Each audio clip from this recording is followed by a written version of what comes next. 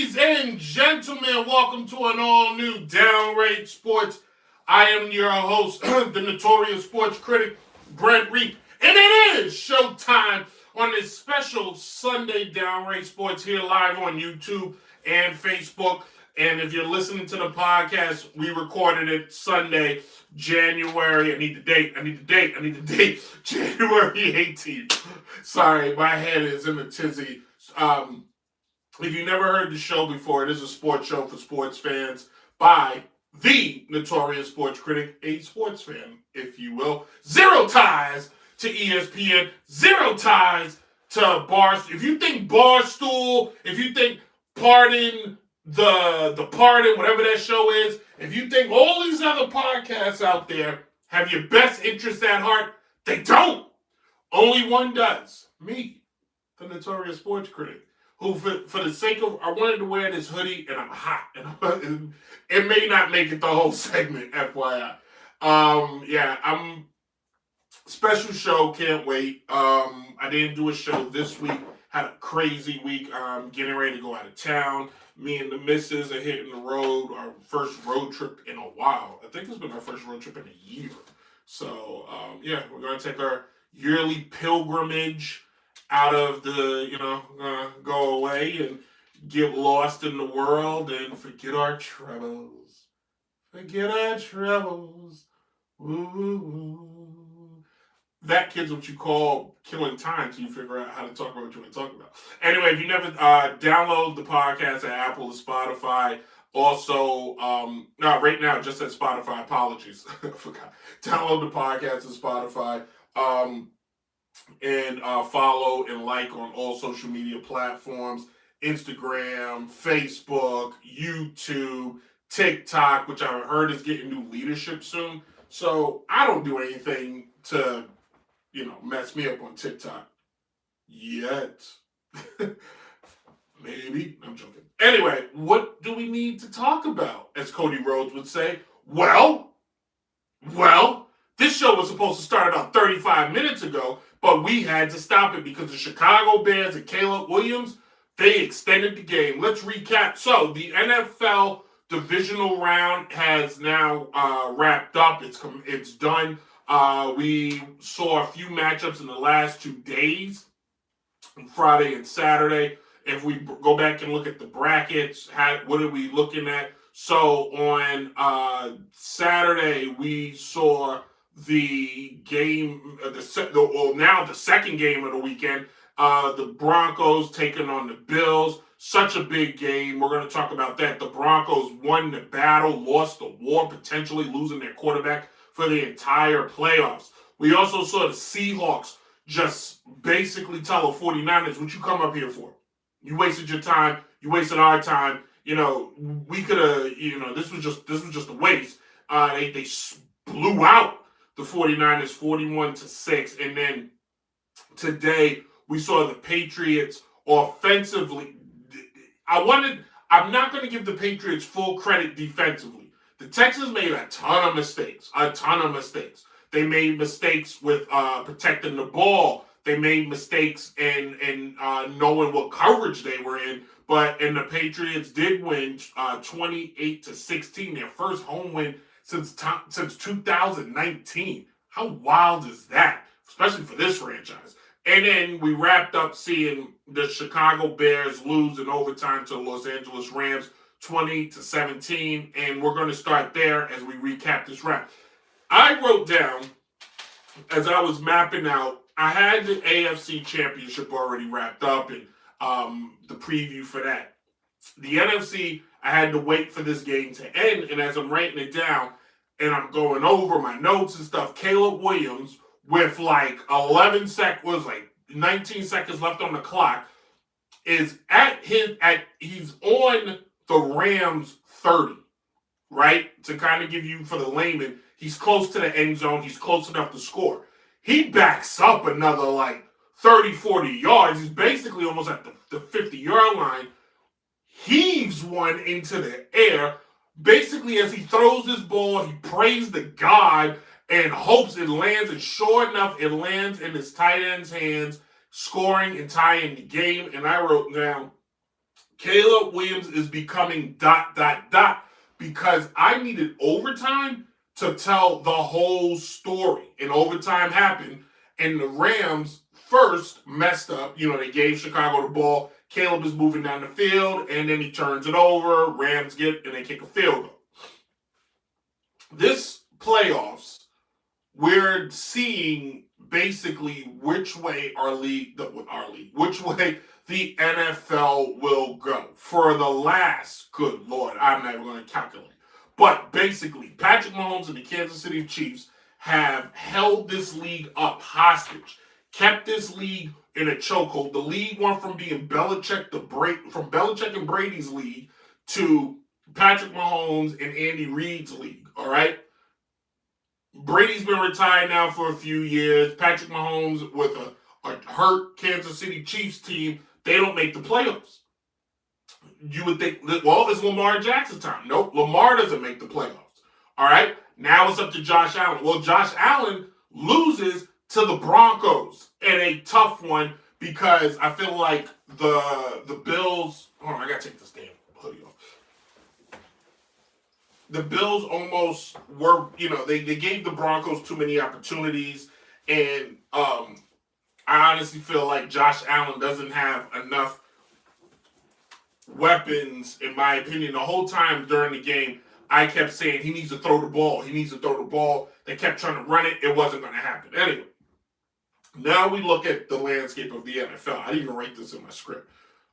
With C.J. Stroud now proving he is not, to Cam's point, game manager, we're finding out, is this going to become the Drake May League based on how he looks? And I don't think he was great in the last two games of this postseason. He did a great job in controlling the controllables and managing, but even the Texans got to him a lot. And if the Texans, I'm jumping ahead, but the Texans got to him a lot. Then you have Sam Darnold, the guy that the Jets, did I write it down? I wrote it down. Did I not? I wrote it somewhere. I remember it. Anyway, the Jets have to be somewhere on their villa. The Jets owner, what's his name? Woody Johnson? Moron. Okay? Moron. You had this guy. He proved he could do it in Minnesota, and now he's proven. So it wasn't Sam's fault that the Jets aren't any good. It's just the Jets aren't any good, regardless, all right? For Chicago, then you got Caleb Williams, all right? And then you have the old guns, the old man, and Matt Stafford, whose career is getting closer and closer. The question now is, which of these teams are going to emerge as the NFL's new, shining star, their new beacon of hope, the new ...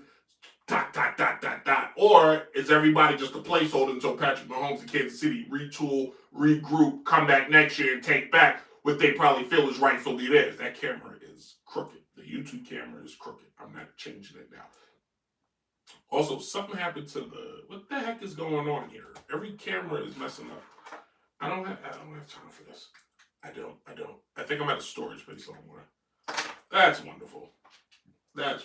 Anyway, I'm gonna need a second. Everybody, hold on. Everybody freeze. All right. Everybody freeze. Facebook freeze. My microphone. Chef, if you're gonna produce, I need you to produce, okay? I need you to do your job, buddy. What the hell is happening here?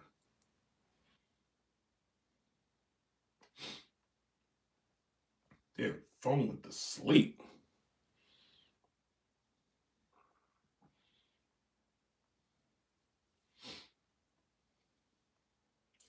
How crazy is that? Sorry, Facebook. Behind the scenes. Nothing like good old behind the scenes.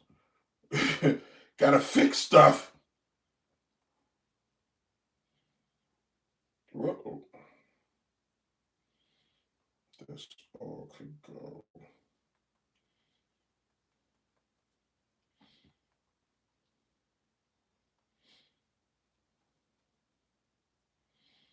Jeez. All right, we're about to get back.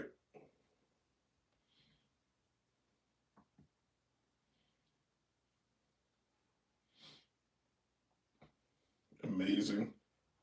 The crap you have to do.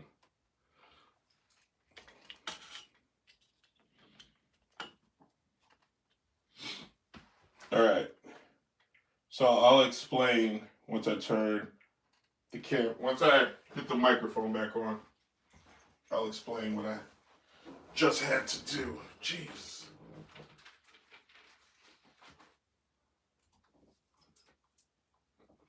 All right. So to kind of give you guys an idea, technical difficulty, Facebook and YouTube, we just stayed live.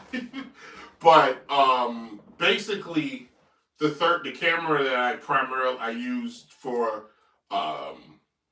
YouTube, editing and cutting up content, because the other two cameras is live feeds.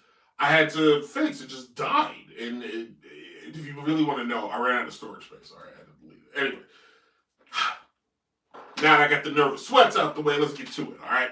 So the NFC and the AFC Championship games are set. I was talking about who do I feel is going to be the next person to take over the league. Honestly, I don't have the answer to that right now. I've put a lot of thought into it, but I think it's too early to tell, and I think so many of us sports fans, we just go crazy early, and we're like, this is the next guy. No, we don't know who the next guy is going to be. We're just going to stick to the right now. And right now, Caleb is gone, CJ's gone, and Josh Allen is unfortunately gone. So, the matchups for the AFC Championship and the NFC Championship as such. In the AFC Championship next week, which will be the early game on CBS, you're going to see the New England Patriots visit the Denver Broncos. And in the late game on Fox, the NFC Championship, you're going to see the Rams visit Seattle, two teams who have faced each other now. This will be their third time facing each other, and we're going to start there. Seattle's defense, which has been game-changing all year, has been historic all year, has been without a doubt the reason why I think Sam Darnold has been able to play the way he's been able to play, has all to do with the fact that this team, the defense, is all-time brilliant. Does not tolerate any crap. They come to play. These guys do. You can't compare them to the Legion of Boom. They need a championship or at least a Super Bowl appearance and then the championship to make it make sense. Other than that, you're just grasping at straws and you're making up stuff. If we look at the regular season and how this matched up, both teams have won versus each other. They're 1-1, and both games have been close. These are teams that are very familiar with one another. They understand what it is to face each other. If we look at the regular season and we look how it breaks down, the Seattle, this isn't crazy. Seattle is one of the best teams in preventing their defense and preventing you from scoring. They are so good at basically shutting you down. And then if you even look at overall passing yards versus the Seattle defense, they're second behind who? The Texans, who are going home. And they were ahead of the 49ers, which the 49ers defense proved that. Because if you look at what Sam Darnold did versus the Niners, he didn't throw the ball all over the place. He only had like 100 and something yards passing. The Rams, that's their specialty. Their offense. Matthew Stafford moving the ball. Here, in this situation, you can't go the stats versus the stats. These teams have faced each other twice now. This will be their third time. They faced each other the last 2 years. All these players know each other. This game, this NFC game, is going to come down solely to the team that eliminates the most mistakes. So you can control your turnovers. You control, which Seattle is one of the best in causing turnovers. The Rams are right there, a couple spots behind them. So now the team, if I had to, you got Sam Darnold, who's been there, been to the Super Bowl, proven he's got ice water in his veins, one of the MVP candidates this year. And then you got Sam Darnold, who early in the year people thought was going to be an MVP candidate, and you saw him kind of come back to reality in a lot of ways. You basically, the team that does not turn the ball over, the team that does not, that can eliminate stupid mistakes. I'm talking like really bone penalties and missing snaps and stuff like that. Because that's what's going to come down to. The Rams just proven that going to the cold is not going to bother them. They just played in Chicago. It gets no colder in Chicago. The next place that's as cold as Chicago is Siberia and Alaska. Other than that, Seattle's going to feel like they're playing in Miami. I'm watching Caleb Williams' press conference. I don't know what sweater he is wearing. I'm very confused. He looks like every time he lifts his arm, a Sesame Street character is going to talk out of his hand. Anyway, my opinion on the matchup in this, and I'm making the pick. I don't even have. Can I see? I think I can see. I think I can see who the overall odds are. What are the odds? It's early. It's too early to place bet. You can't place bets now. I'm going to believe you don't place the bet till the day of. But for the sake of argument, and I'm not doing the show next week. Let's see what the betting odds are. Let's see what the betting odds are. And for the conference championship, Seattle is -2.5, and they have 47.5 points. I'm taking the over on that. I'm taking the over if I had to. With that said, who do I pick for the NFC Championship? I'm going Los Angeles. Why? Because they've done this before, okay? Both the coach and the quarterback, they've gone through this. They've been down this rabbit hole. They've made this happen. They've been to the mountaintop. That reference will make a lot of sense tomorrow because Martin Luther King Day. With that being said, I think Seattle is a fun story. I think their defense is cool. But if you paid attention, out of all the teams that they have, the Rams have faced, the Seattle has faced this year, when they face the Rams bring it. And they come correct. And the loss that they had was a 2-point loss, 3-point loss. And when they beat them, it was close, but it was because of that offense. And the Rams defense is not a joke either. All right? They're a pretty good defense. Give me the Rams to beat Seattle. Now, in the AFC Championship game, we have New England versus Denver. This would have been a better, in my opinion. This was the game. Let's just take the gloves off. This was the game ESPN and every, certain type of white writer was dying for. You had Drake May and Bo Nix. You're next in line for the quarterbacks that we need. We're sick and tired of this so-called quarterback. We want these guys. Well, Bo Nix blew that because he broke his ankle.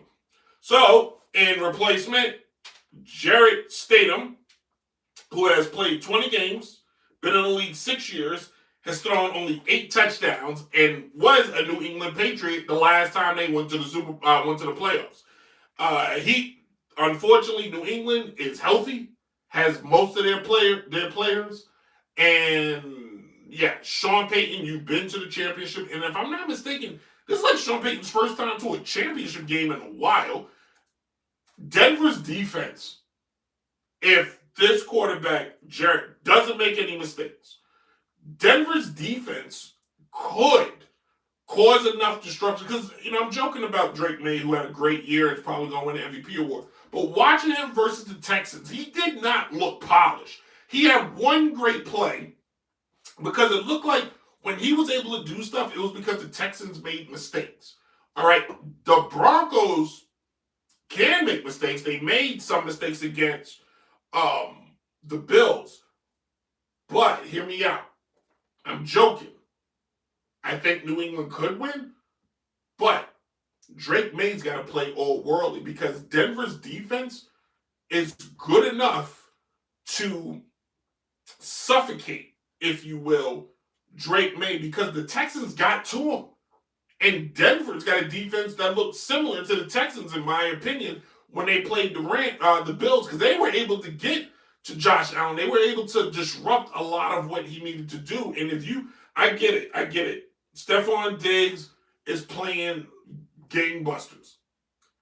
But if Denver rushes and they shut down Drake's ability to get to Stephon, boy, oh boy, it's a different story. Now, they're going to need offensively, at least, in J.K. Dobbins. He's only rushed for 772 with 4 touchdowns. They're going to need a big